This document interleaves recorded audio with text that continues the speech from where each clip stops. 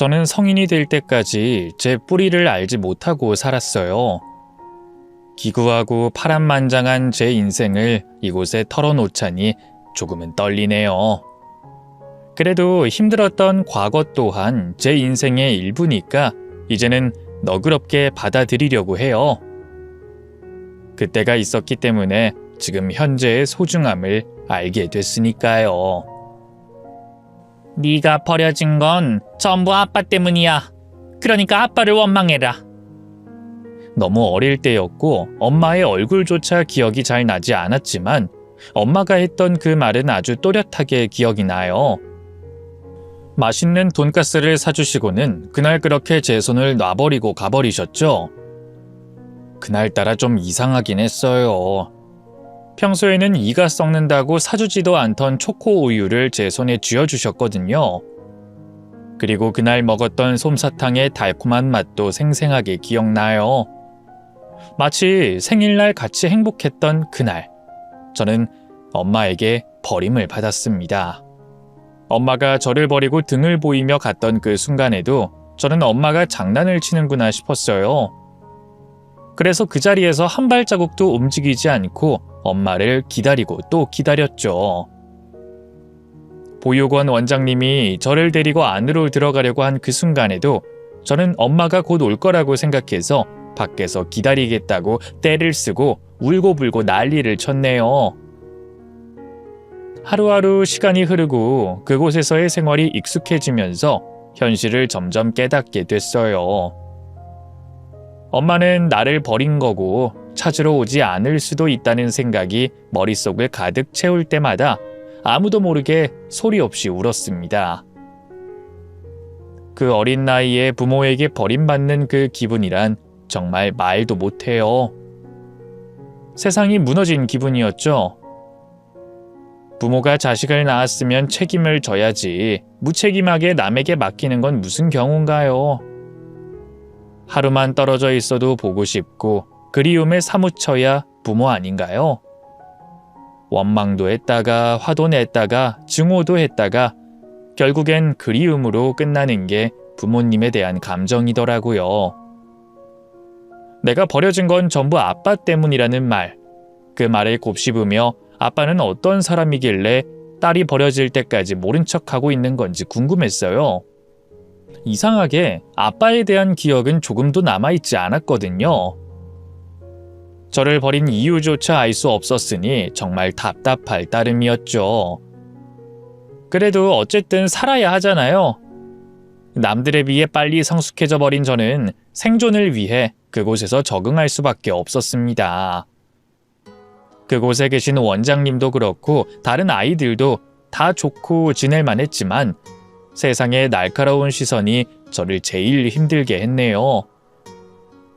부모조차 버린 자식이라는 꼬리표는 제 가장 큰 아킬레스건이자 열등감으로 자리 잡게 됐습니다.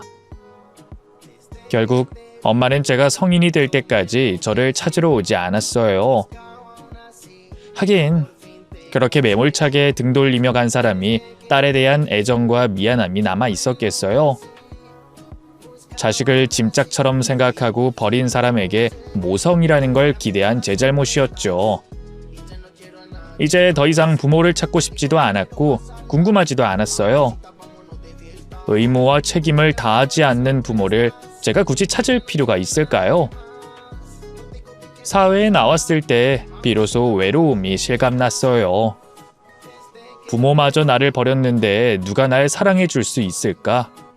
나는 누구에게도 사랑받지 못하는 사람일 거야 라는 생각으로 인생을 살아갔기 때문에 사랑에 빠지는 것 또한 쉬웠습니다. 보육원에서 독립을 하고 사회에 나왔을 때 막막했던 제 인생에 나타난 한 남자가 있었어요. 정말 다정했고 친절했어요. 나에게 이렇게 친절을 베푼 사람이 또 있었나 싶을 정도로 따뜻한 사람이었죠.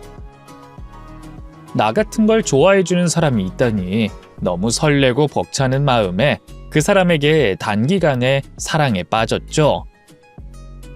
그 사람의 한마디가 제 마음을 완전히 사로잡았네요. 내가 너의 유일한 편이 돼줄게. 외롭게 살던 저에게 진정한 사랑이 찾아온 거라 굳게 믿었고, 독립 후 오갈 데가 없었던 저는 그 남자와 살림을 합쳐 살기 시작했어요. 지금 생각해보면 너무 마음을 쉽게 줘버린 것 같기도 하지만 그때는 누구라도 제 곁에 있어주길 바랬죠. 부족해도 좋고 모자라도 좋으니 나 하나만 바라봐줄 수 있는 남자라면 충분히 만족하며 살 수 있을 거라 생각했죠. 홀로 독립을 하는 게 무서웠던 저는 그 남자와 결혼 생활을 시작했고 순탄한 삶을 살아가길 바랬습니다. 하지만 한 번 꼬여버린 인생은 좀처럼 잘 풀리지 않았어요. 그 남자는 처음엔 다정하고 잘해주더니 살림을 합치기 시작하고 한 3개월이 지났을 때쯤 본색을 드러내기 시작했습니다. 저에게 돈을 벌어오라 시키더니 나중에는 독립할 때 받은 지원금도 죄다 빼앗고 착취를 하더라고요. 그래놓고 본인은 일하다 관절을 다쳤다며 휴식이 필요하다는 핑계로 집에만 머물며 게임만 하고 있었어요. 일하고 집에 돌아오면 그 좁아터진 방 한 칸에 담배 냄새에 술 냄새에 어질러진 방 안 풍경까지 머리가 어지러울 지경이었습니다. 그래도 거기까지는 참을 만했어요. 그 사람은 마치 밑빠진 독처럼 쏟고 또 쏟아도 한참 부족하다고 불평을 늘어놓는 인간이었네요. 저에게 항상 돈 타령을 했죠. 오늘 컵라면만 먹고 때웠어. 왜 컵라면 먹었어? 돈 없어서. 집에 먹을 것도 없고. 어제 장 봤잖아. 그리고 배달음식 시켜 먹으라고 돈까지 줬잖아. 고작 몇 푼 가지고 삼시세끼 다 챙겨 먹으라고? 몇 푼이라니. 내가 본 돈 전부 다 줬잖아.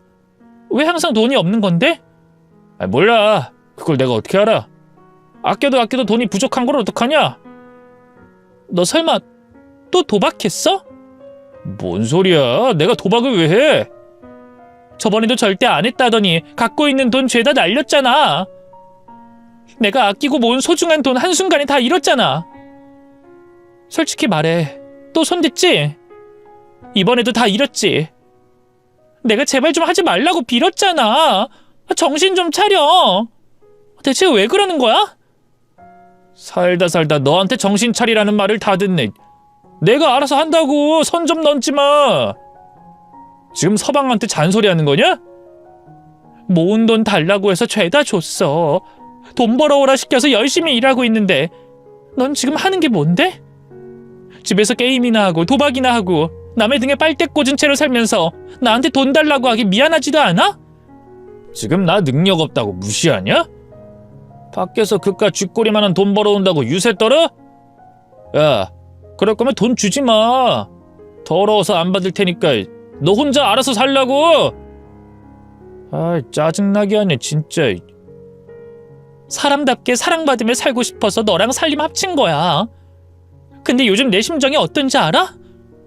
함께할수록 지옥 같고 고통스럽기만 해. 내가 많은 걸 바란 것도 아니잖아. 나를 좀 이해해줘. 요즘 내가 얼마나 외로운지 알아? 같이 사는데 혼자 사는 이 기분이 뭔지 알기나 하냐고. 시끄러 이씨. 그놈의 외롭다는 소리 좀 그만해라. 지겨워 죽겠네. 이래서 부모 없는 년은 안 된다니까. 뭐라고? 오갈 데 없다고 해서 받아줬더니 고마워할 줄 모르고 잔소리만 하는 거 보니까 너도 이제 배가 불렀나 보다. 언제는 내가 옆에 있어만 줘도 감사하다면서 얼굴도 별로 능력도 별로 심지어 가정교육 제대로 받을 기회조차 없는 여자를 내가 왜 감싸줘야 하지? 그나마 말 잘 듣고 착해 보여서 받아줬더니 지금 나를 기생충 취급을 해? 네가 뭔데 날 무시해? 나는 그래도 부모가 있고 가정교육도 받았어. 너보단 나은 인생이야. 부모한테 버림받은 네 인생보단 내가 훨씬 낫다고. 고작 부모 하나 있는 게 자랑이야? 그래, 부럽네. 그렇게 자랑스러운 인생이면 더 나은 삶을 좀 살지 그랬어. 부모 없는 년 밑에서 기생하면 돈 뜯어먹고 사는 네 인생도 참 볼만하다. 너 말 다 했냐? 경고하는데 나 화나게 하지 마. 꼴랑 몇 푼 쥐어줘 놓고 네가 집안의 가장이 된 것 같고 그래? 진짜로 네가 내 와이프가 된 것 같고 그러지?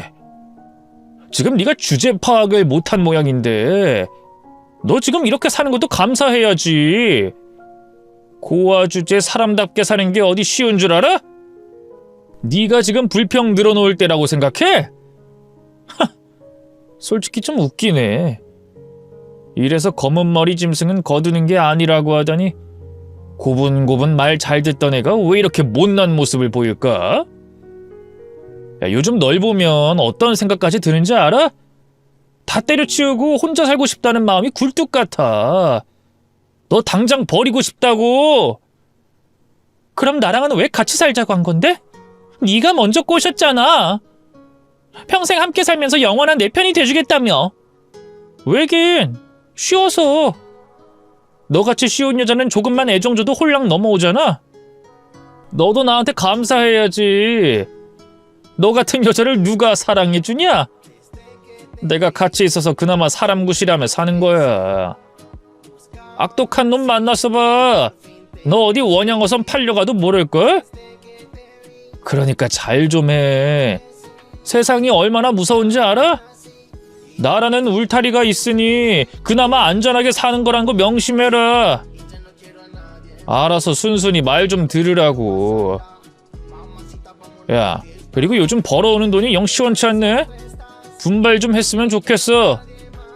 이대로 가다가는 내가 널 길거리에 확 버려버리는 수가 있어. 가장 의지했던 사람에게 치욕적인 모욕을 듣고 세상이 무너지는 경험을 또 한 번 하게 됐어요. 부모에게 버림받았을 때 한 번, 사랑하는 남자가 나를 이용했다는 걸 알게 됐을 때 또 한 번. 저는 왜 이렇게 사람에게 버림만 받게 됐을까요? 그때 그놈과 인연을 완전히 끊어버렸어야 했는데 미련했던 저는 차마 그러지 못했습니다. 그 남자마저 없으면 내 인생 완전히 끝이라는 생각 때문에 제가 먼저 무릎을 꿇고 빌었어요. 제발 날 버리지 말아달라고. 해달라는 거 다 해줄 테니 곁에만 있어달라고 울부짖었네요. 제가 빌면 빌수록 그놈은 기고만장해서 저를 쉽게 생각했고 저를 더 많이 착취했어요. 완전히 악순환이었죠. 저에게는 이 고통스러운 고리를 끊어낼 용기가 없었습니다. 제가 잘하는 거라고는 기다리고 버티는 것뿐이라 그것만이 제가 할 수 있는 유일한 것이라고 믿었어요. 하지만 얼마 지나지 않아 그 사람에게 완전히 버림받고 말았습니다. 혼자 집에 있는데 밖에서 누군가가 문을 거칠게 두드리더라고요. 누구세요? 하고 물었더니 아무 대답이 없길래 기다렸더니 또다시 문을 쾅쾅 두드렸어요. 웬 여자가 문 좀 열어봐요. 할 말 있으니까. 하며 외치길래 현관문을 열었어요. 처음 보는 여자였죠. 누구시죠? 우리 그이가 마음이 약해서 직접 말을 못하겠다고 해서 제가 직접 왔어요. 이제는 좀 비켜주실래요? 네? 비켜달라고요. 지금 여기서 죽치고 있어봤자 달라지는 건 아무것도 없어요.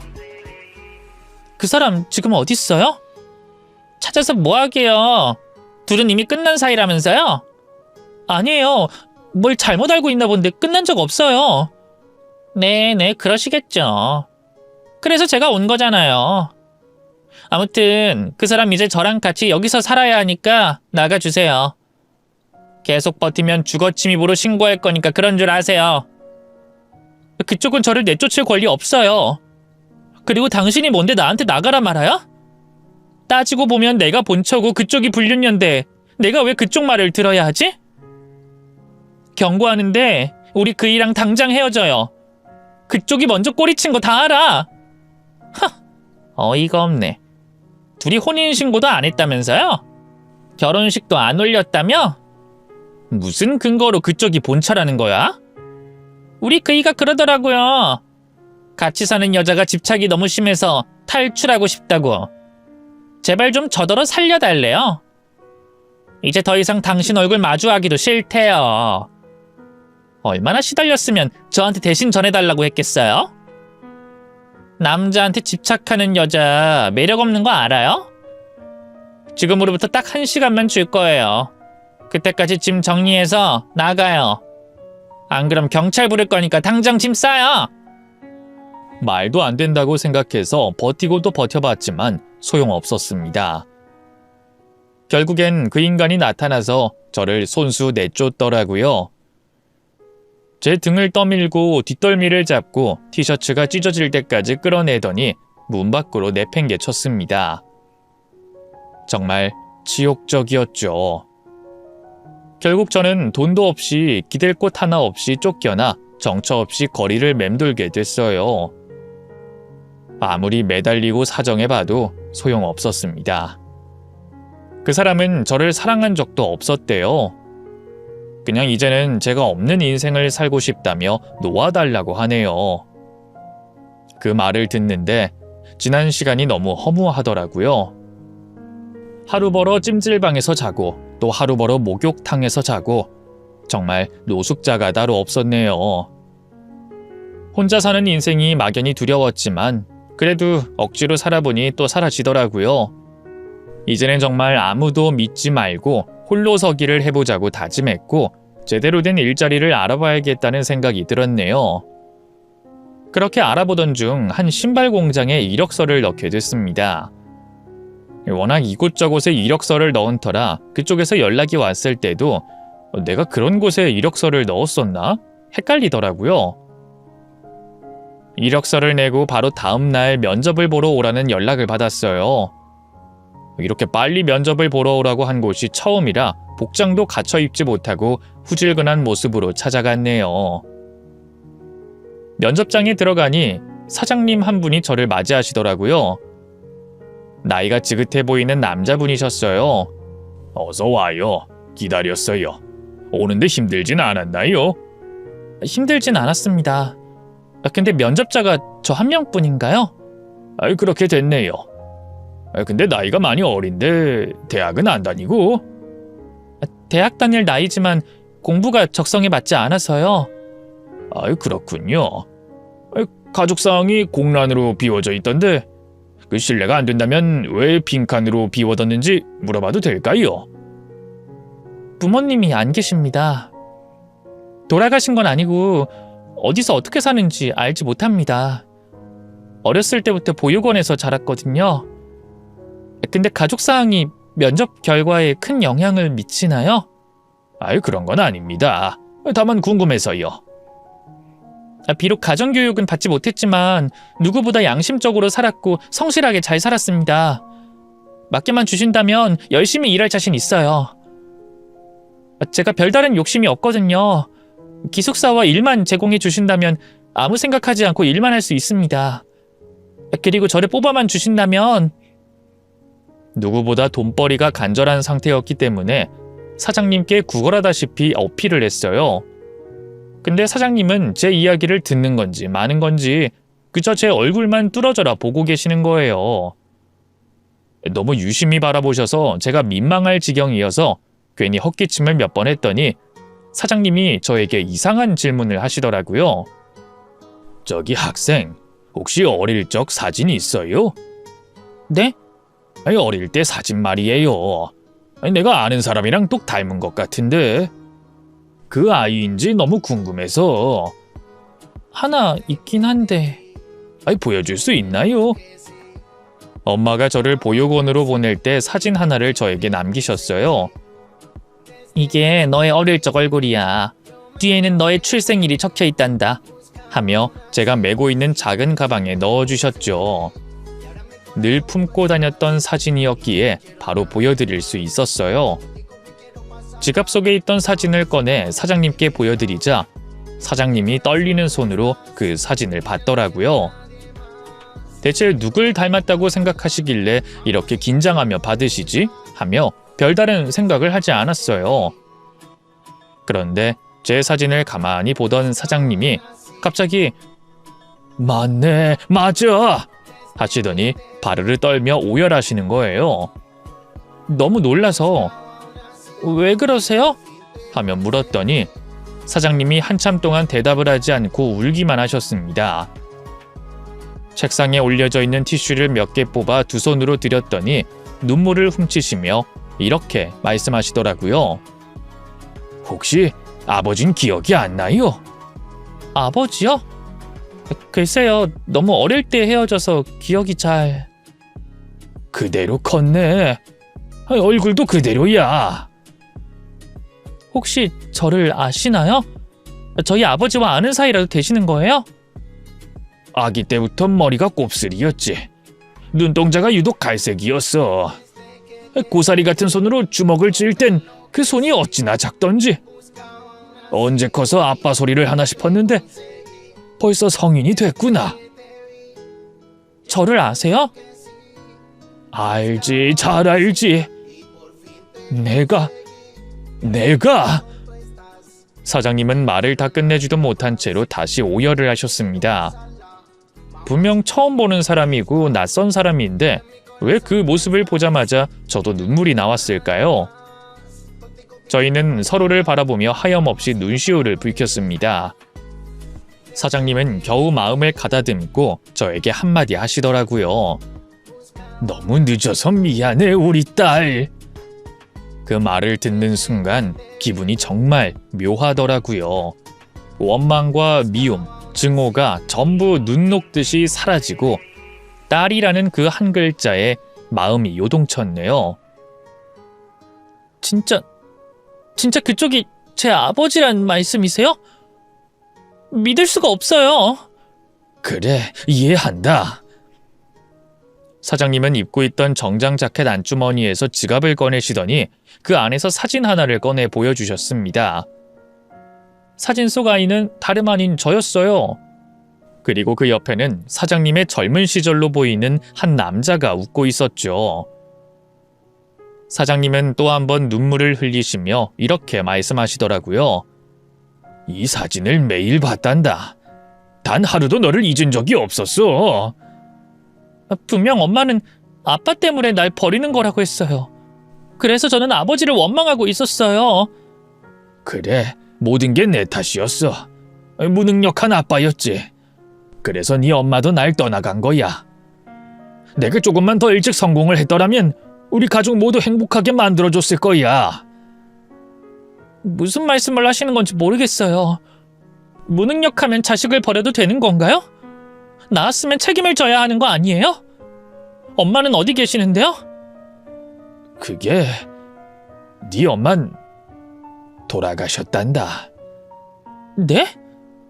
나를 다시 찾아왔을 땐 말기암이었어. 네 소식도 그때 알게 됐지.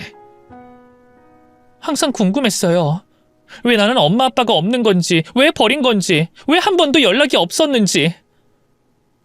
제가 납득할 수 있게 설명을 좀 해주세요. 엄마랑은 헤어졌던 거예요? 저를 낳고 갈라섰던 거예요? 네 엄마랑 결혼을 했고 너를 낳았어.